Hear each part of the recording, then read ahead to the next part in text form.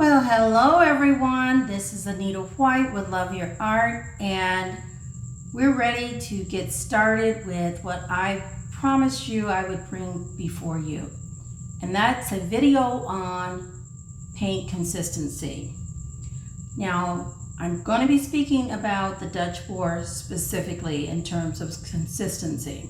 A number of our viewers have said they would like to hear more about how to acquire the correct or an acceptable consistency for doing the Dutch pour.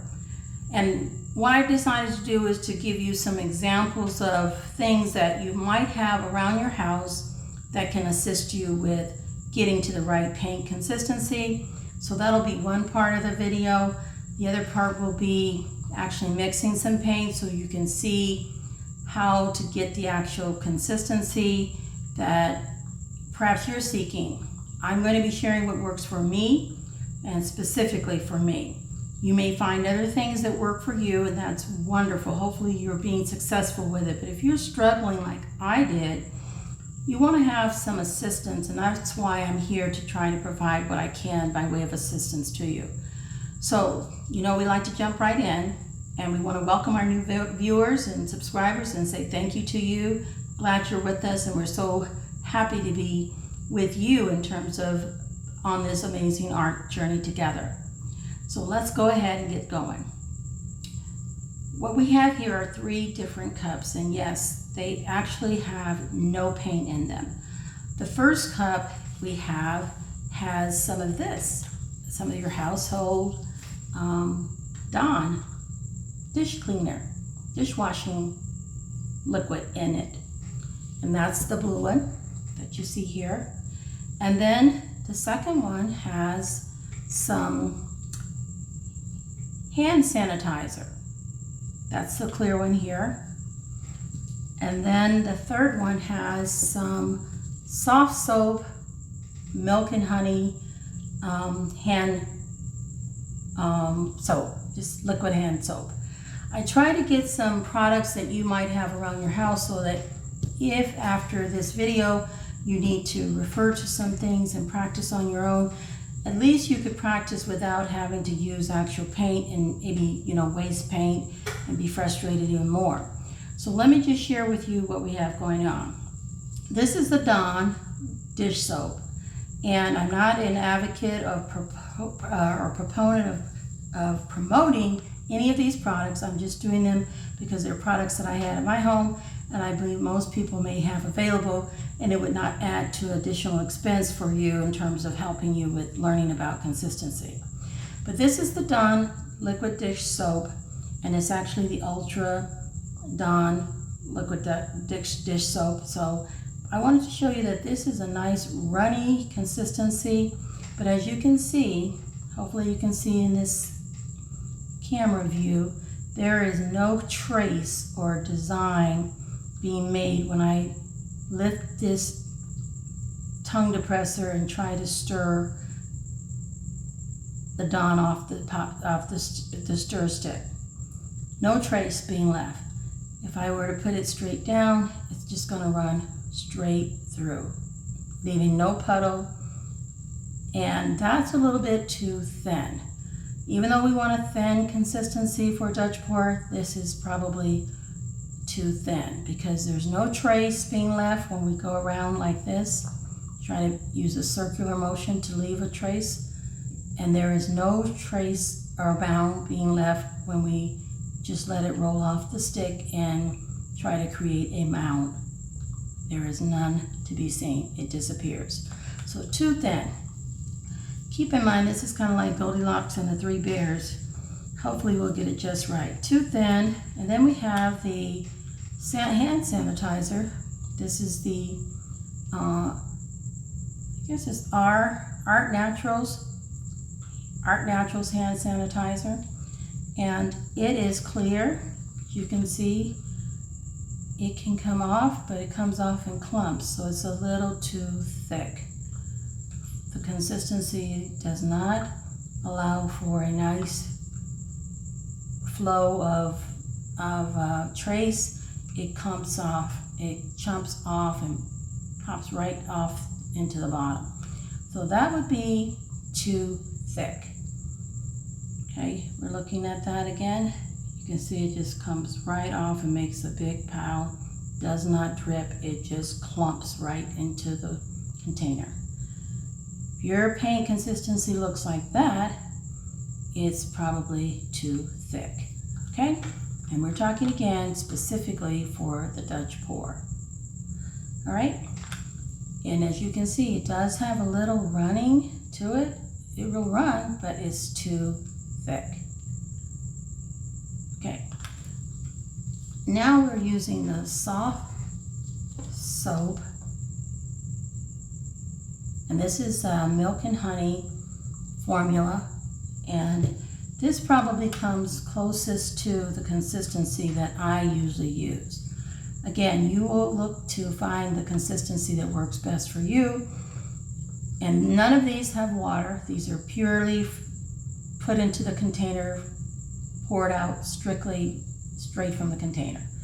So this is the hand soap. And as you can see, it's kind of runny, but it does form a trace in the bottom. And it will form a little mound if you hold it still. That's about the consistency you're seeking. And again, it will form a little trace, circular motion that I'm making, and you can see it into the cup without it disappearing. It will ultimately disappear, but you want to be able to see it before it disappears, and that's what this is doing. You can see it, and then it will form a mound. And then it will have like a drip, sticky type of drip, and then it will kind of have an elastic type of pull once it's coming off the stick. You can see it'll stop and it'll start to kind of pull like an elastic type of stickiness. That's about the consistency that I look for. Okay, now these are household products, and again, they're not paint, but this was to keep from wasting paint and using something that would serve its purpose as well. So one more test, and I want to show you what I mean, why it won't work. All your paints need to be about the same. So I'm going to take this little 4x4 canvas and put a dab of the Dawn on that side, and in the middle I'll put a dab of the hand sanitizer, trying to get them about the same size, and then also the hand soap.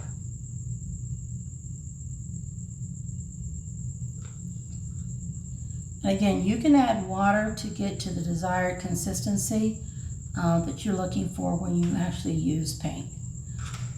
So, and then what you want to do is try and test this. If you want to do this much, I'm just doing it for you.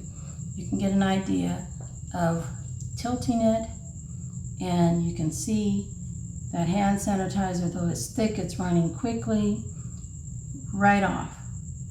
If you have paints that are doing that, they're not of an equal consistency. You can see the Dawn is running off quicker than the hand sanitizer, the hand soap.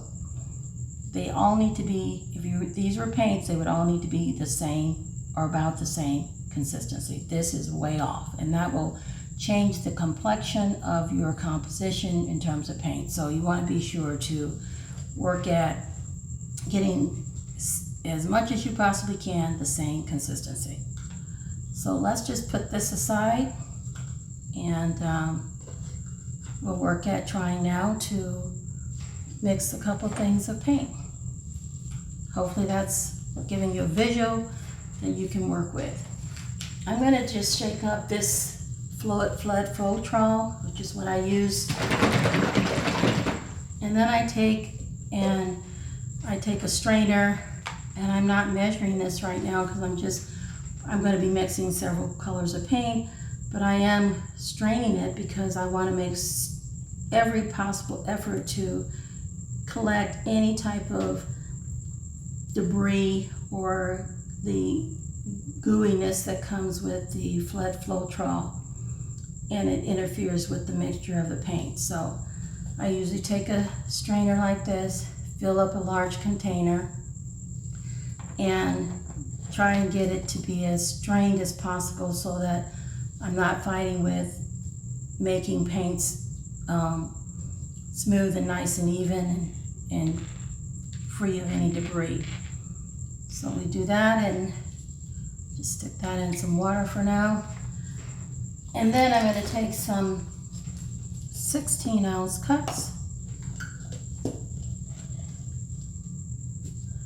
and I have my scale, and one of our viewers asked if I could specifically do some different paint brands, but more specifically the DecoArt 24 karat gold. That's this lovely thing that is so beautiful and makes beautiful cells, but it is difficult to mix when you're doing your paints, when you're mixing your paint and trying to get a consistency. So we're going to try that. We have a scale here. I operate in grams, and so I want to set my scale to 0, and it's 0 grams, which you may not be able to see, but trust me, it's 0 grams. Until I move it around, maybe we can turn it this way and you can see. Okay, are we at 0 yet? 0 grams. And I try to go to about 120 when I'm making a squeeze bottle of paint like this. This has water in it, but if I'm doing this about an 8-ounce bottle, squeeze bottle of paint, I want to make sure I have about 120 grams of Floetrol, and I just take it and pour it right on in until I get to, and this is upside down, so I'm going to be watching to see if I can get to it. If you go over a little bit, it's okay. It's 102 for, we're going to try to get to 120 grams of paint, or 120 grams of Floetrol.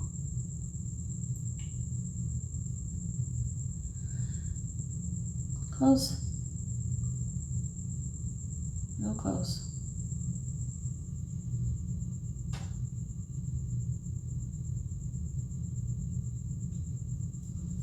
Got 119. Seems to be stuck on 119 for some reason. Okay, right, we're about 120 grams of Floetrol. And then I divide that in half. So I'm going to be using half of that in the actual paint. So I'll use 60 grams of this 24 karat gold paint. I don't always wear gloves, but because I'm going to be using different paints, I decided to put gloves on. Keeps my hands from getting so messy. And I'm going to take and put in 60 grams, and this is pretty thick, as you can see. That 24 karat gold is pretty gooey. It's a beautiful color.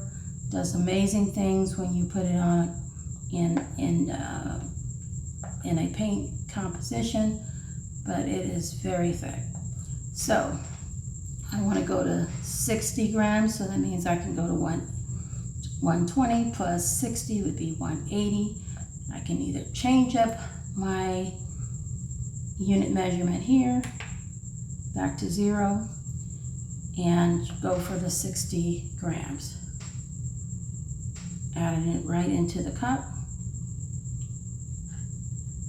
And again, this is sort of upside down, so I'm trying to look for where I'm at. 55, 58, 59.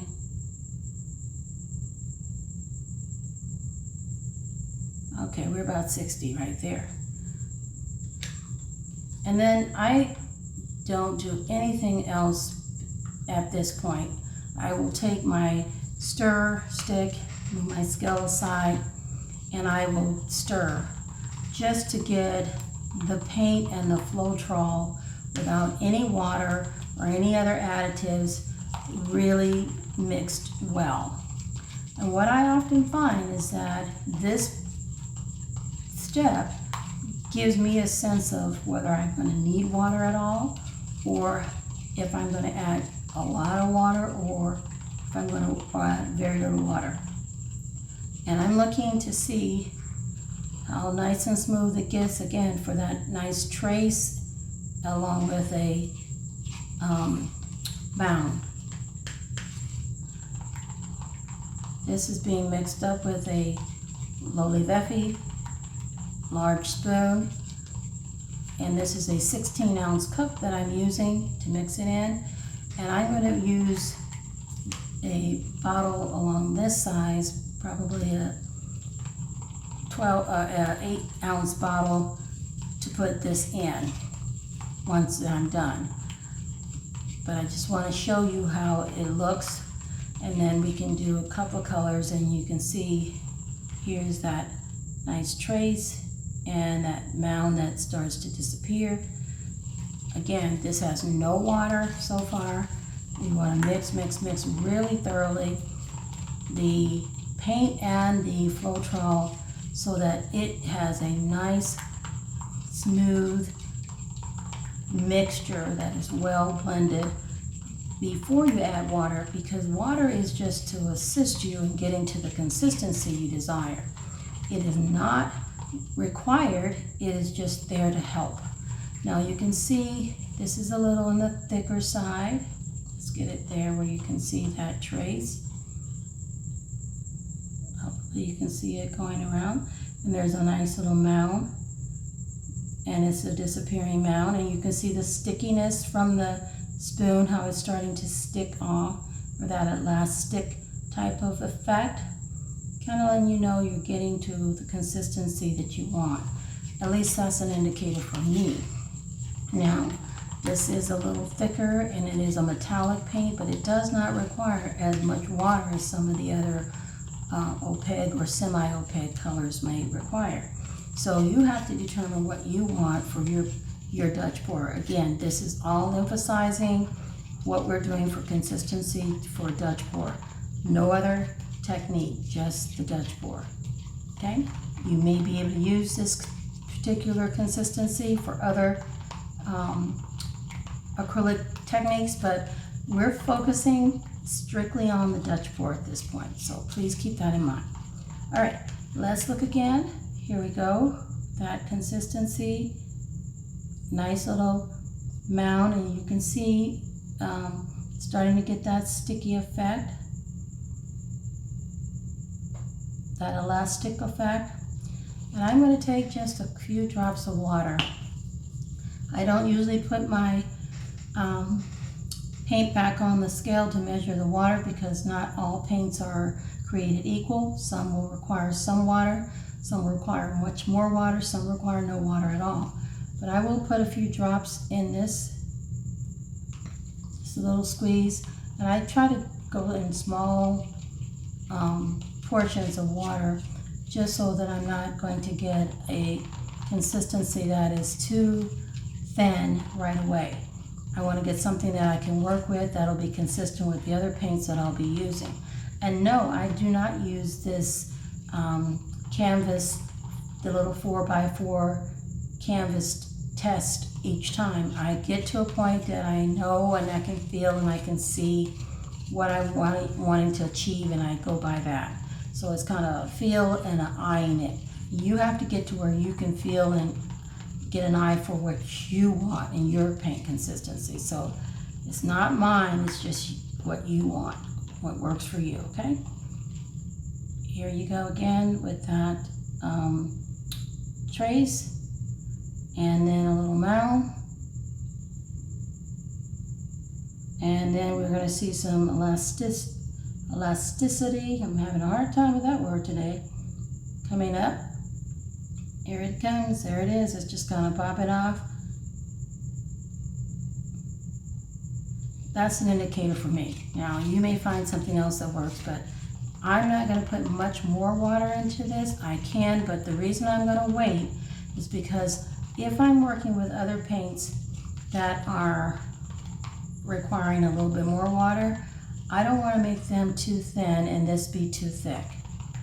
This is a little thicker to start with, and I can hold off and put that aside and try something else until I'm ready to look at all my paints together. And then if I'm really uncomfortable, then I will take and use one of these little 4x4 squares and do a sample. You don't need a 4x4 square canvas.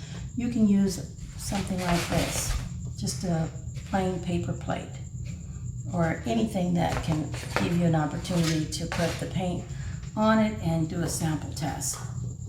Okay, so that's the 24 karat gold. I'm going to go with, and that's a metallic paint, I'm going to go with an Artist Loft. This is the Brilliant Artist Loft.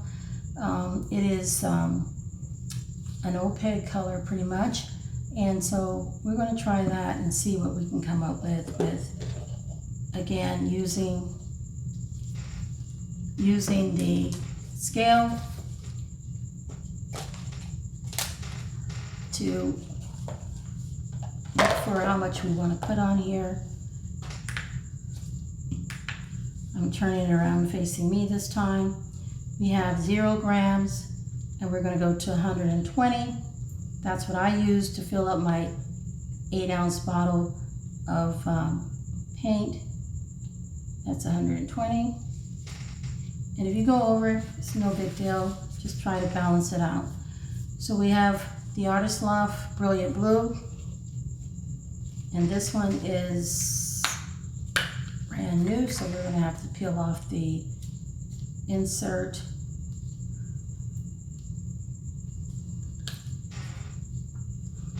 Okay, and we will look for changing this back to 0, and we will go for 60, which is half of 120.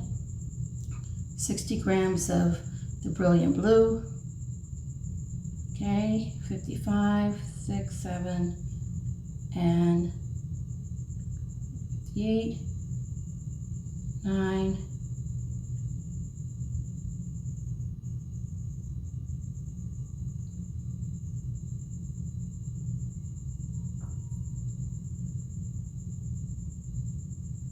we're almost at 60. Okay, there's 60. All right, and then I will take, again, moving the scale aside,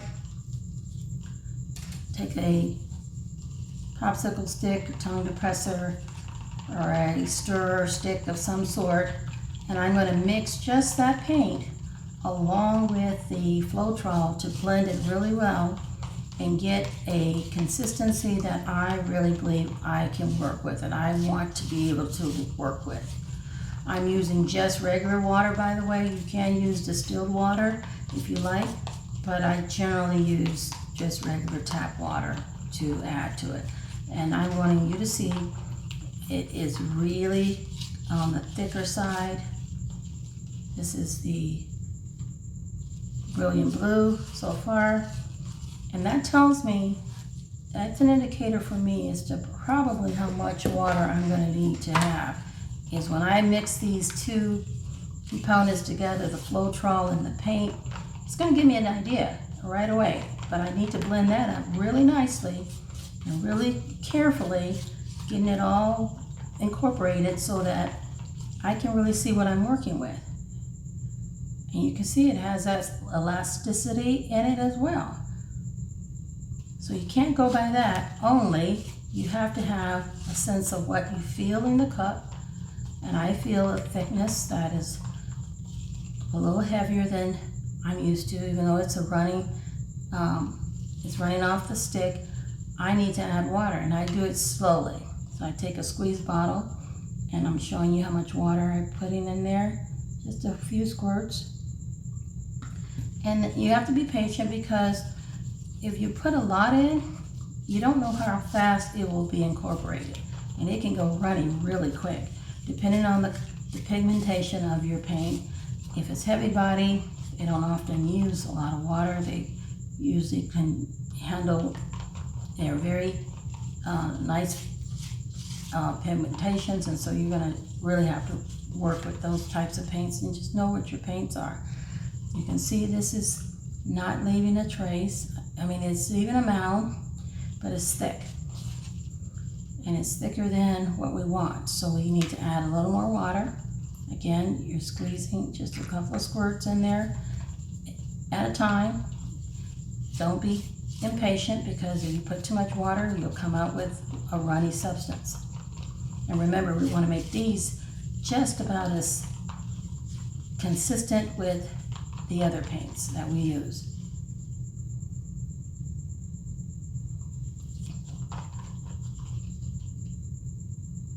So it's still a little thick.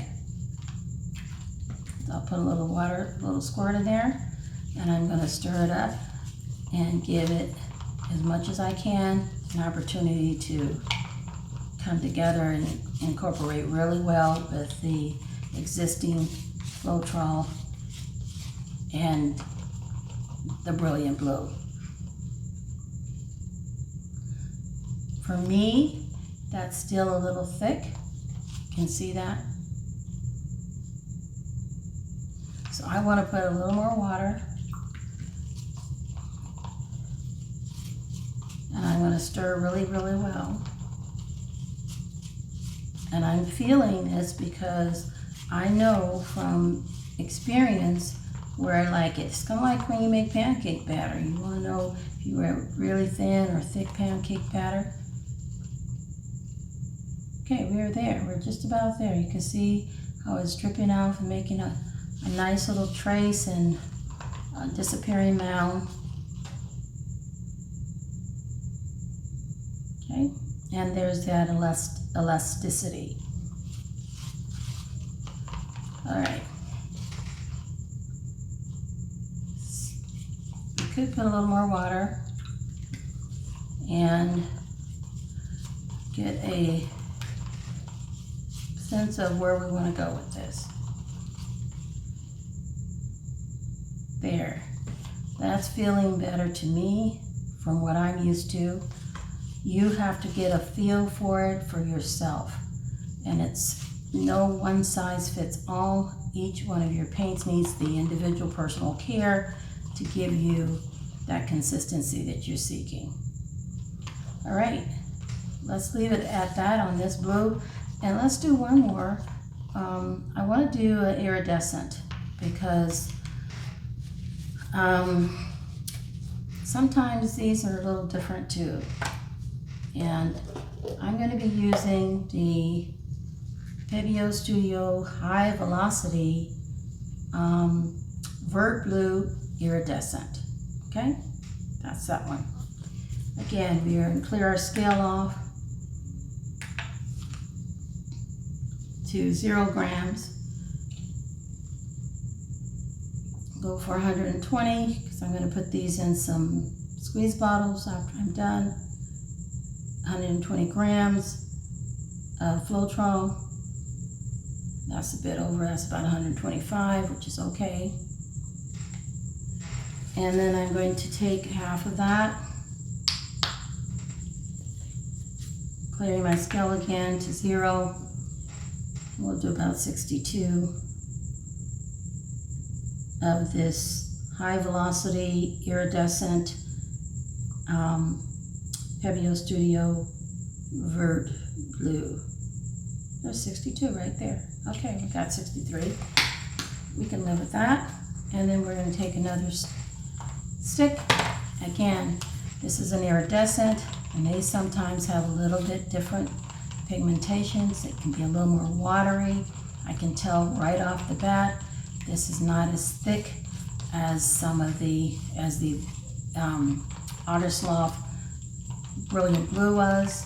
So, but I'm still going to mix as much as I can to incorporate the Floetrol with the paint, getting it all in as much as possible to really know what I'm working with. Okay, and you can see it's nice and thick. Let's see that.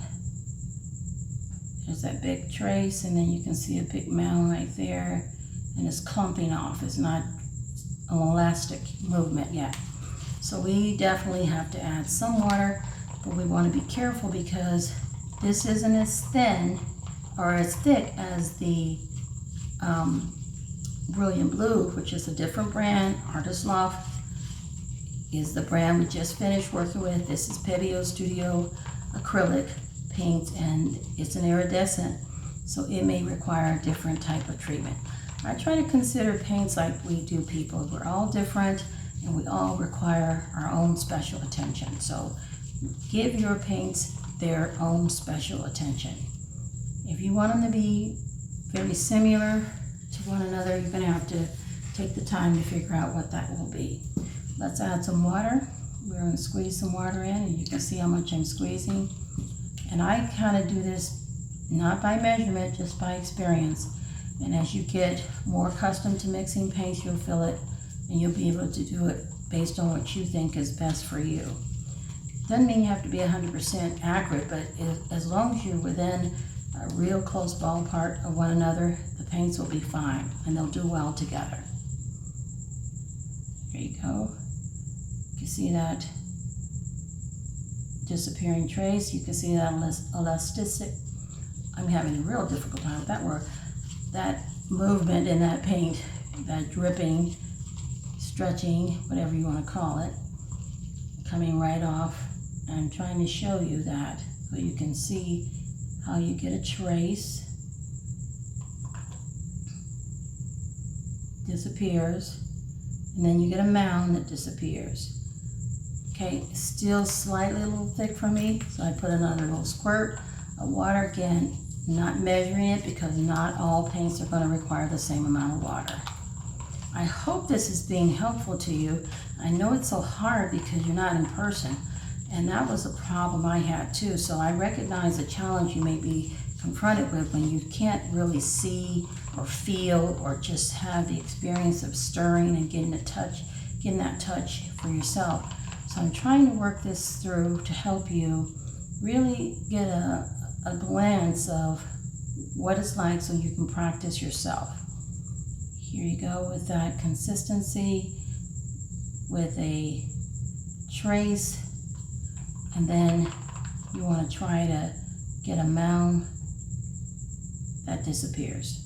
And then there's that stickiness that comes in the end. There it is right there. You see it coming off the stick. All right, we're not going to spend much more time on that. This was at Artist Loft. This was Pebeo Studio Vert Bleu Iridescent, and we're going to put that aside along with the Brilliant Blue. And in a few minutes, I'm going to do one more, and it's because it's a brand new one to me. I haven't used this one, and I'm curious as to how it may work out, and you'll get to see it for the first time too. So here we go. Let's quickly change up this scale back to a 0 gram. And we're going to be using Winsor Newton in this Galleria acrylic, and it's actually the violet, Winsor Violet, and we'll see what it looks like. Again, using 120 grams of Floetrol that we've already strained with our strainer. And we're going to use half of what we put in by way of Floetrol for paint. There's our 120, about 123 actually.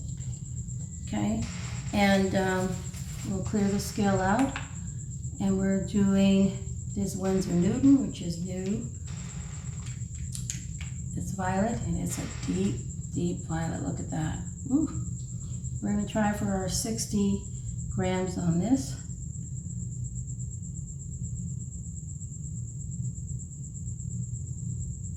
And we'll see how far we can go with this beautiful color.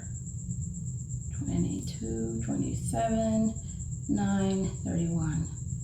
And we're at 36 right now, 39, 43, 47, and 50.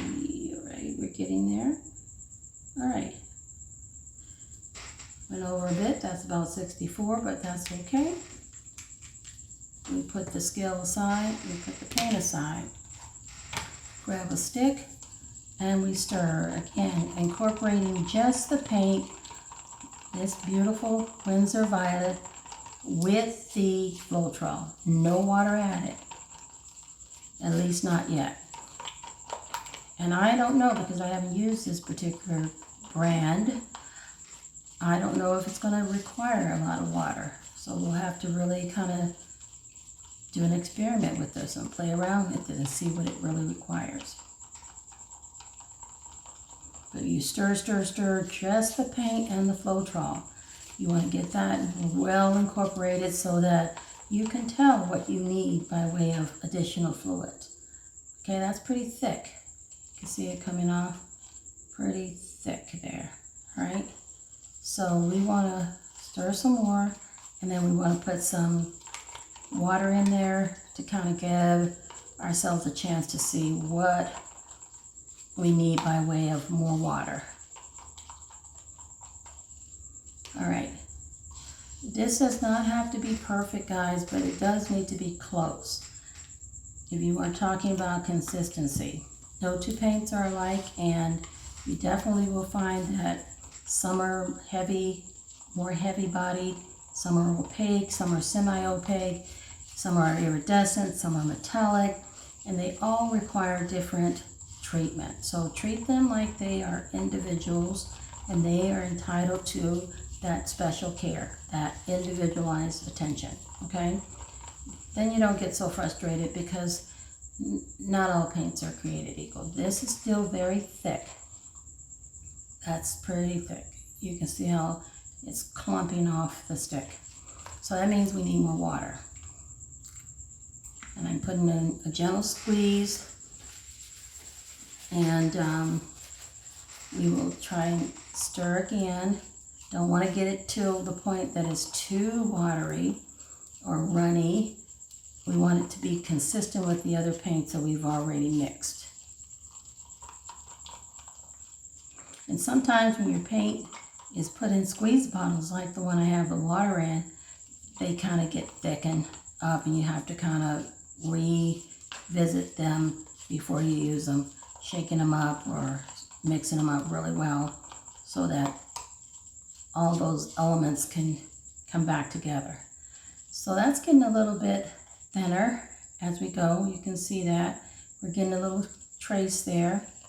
Still thick in terms of what we want for a Dutch pour. It might work really well for a ring pour right about now, but for a Dutch pour, we want it watery, or somewhat watery. Runny is more of an appropriate term, runny, but not so runny that it's watery and that it's running so fast that you can't keep up with it. The colors need to be able to run off together as smoothly as possible. Okay, let's try this. There you go. We see a trace, and we see a mound that's starting to disappear. And let's see if we get that elasticity. There it is. It's coming in there. You still need to stir a little bit more. Again, it's up to you how much you want to really work with your paints, but you want them to be as consistent as possible. This is pretty good. Here we go with that. Let's do that disappearing trace, and then the mound, and then that sticky elastic effect. All right, we're going to leave it at that. And then what I'm going to do just with these colors, we'll bring them back so you can see what we have here. This is the Winsor Newton. This is that Pebeo Studio Vert Iridescent. This is our Artist Loft Brilliant Blue. And this is the, let's get them all in frame here, the DecoArt 24 karat gold. You can see that. Okay. All right. We are going to take, and I'm going to move these aside, just on each side, so you can kind of see. We started with our DecoArt. I'm just going to take and do a tester again. These don't have to be exact, but they should be somewhat within the same range of consistency when they flow off. I'm just going to put a little dab of paint on each one of these like I did earlier, and a little dot, and we're going to see how well, once we tilt our canvas, how well they flow off. They should be relatively close together.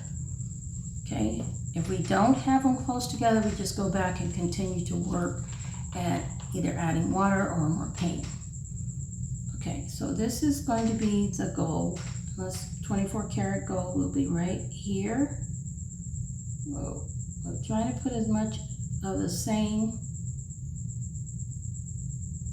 well, that's got to be elastic, the same amount. And then we did the blue. This is Brilliant Blue by Loft. Try to put about the same amount on there. Okay, and then we had our Iridescent, Vert, Iridescent Blue, ooh, quite a bit there, and our Violet by Winsor Newton. Again, these are about the same, but they may not be exactly the same.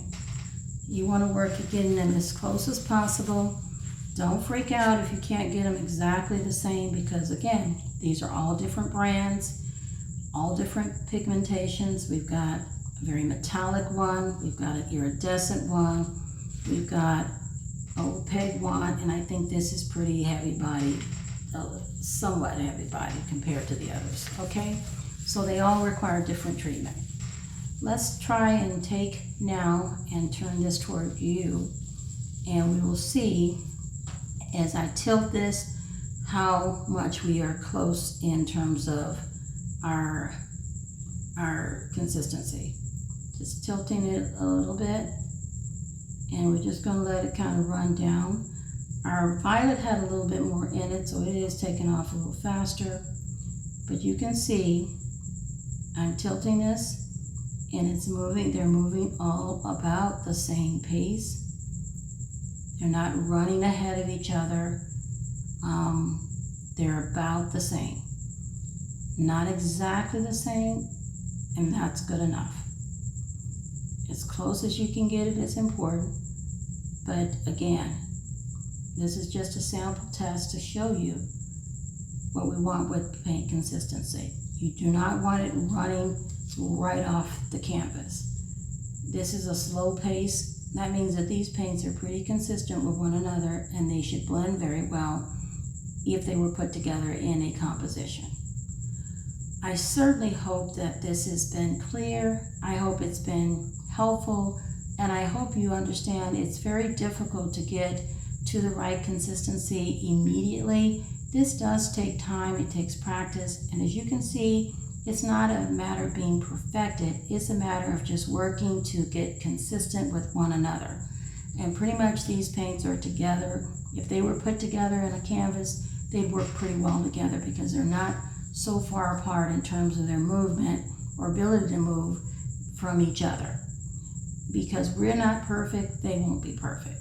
But you work toward getting them as close as you can to being consistent with one another. And then that way you can have hopefully an amazing outcome. Again, this has been a longer video than normal, but I promised that I would give a video or two on consistency. And I think before I make another video, I would really want to hear from you, to get your feedback, to let you share with me what you might have questions about or additional information that you would like to receive. If I can provide it, I will. I had to learn just like you did. I do recognize the struggle and appreciate your interest in trying to get better at doing this. And it's important that we help one another. So let me know how I can best serve you. Again, this is Anita White with Love Your Art, and I thank you so much for helping me to be a part of sharing with you about paint consistency and what I do. I know that everybody does their own thing. There's no real right or wrong way. It's whatever works for you. So this works for me, and I hope you can benefit from it and hopefully share with others what you've learned and how you've been able to improve your skills with regard to paint consistency. So until next time, keep loving your art. Thank you for joining us, and we look forward to you being with us on our next video upload. Until next time, have a great day, stay safe, and we'll see you all again. Bye now.